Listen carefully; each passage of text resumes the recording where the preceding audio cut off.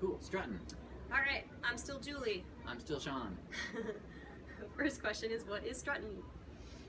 So struttin' is a close embrace dance with a kind of a lazier falling version of a jog feel, where the follower and the leader share a pulse but have the ability to do independent footwork.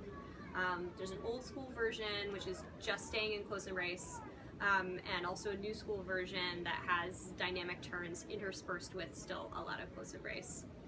There's also a non-weight sharing version and a weight sharing version, and in the weight sharing version, the leaders take the follower's weight in a sort of lean-to shape, with the follower leaning on the leader while the leader remains in standard blues posture. What she said.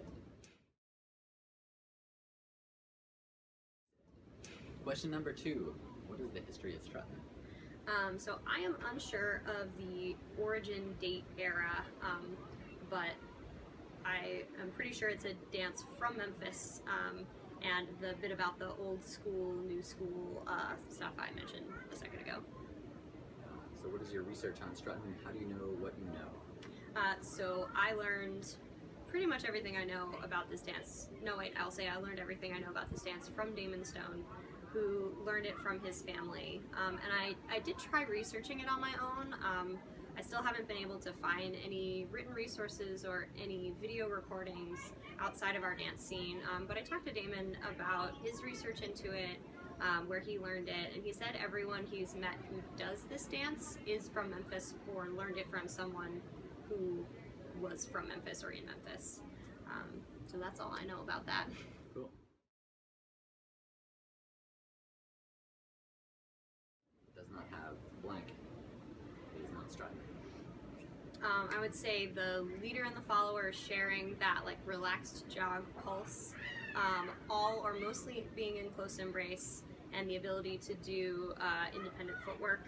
If there are turns, that they're dynamic and they stay rotational, and don't do like linear things in open position.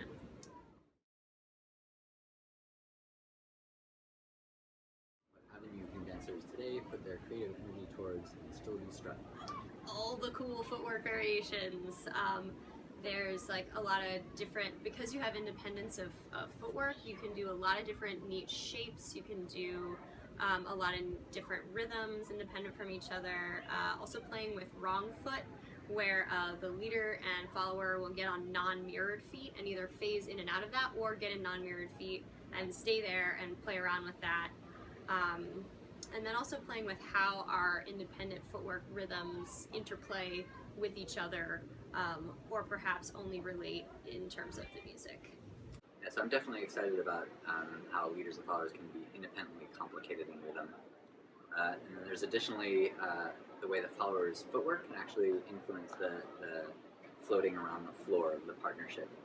And then I guess in the same context of floating around the floor, leaders can do interesting patterns of rotation or translation as they're strutting, keeping the basic strutting rhythm. I guess there's also like splits and slides, fancy footwork kind of stuff. We could possibly play with coming up with more fancy turns, or alternatively consider strutting as a meditative dance where you're just getting into the groove of the music and enjoying that groove and not going towards complexity, but enjoying the simplicity of it. Yeah, just kind of being close to your partner and like enjoying the beauty of the music.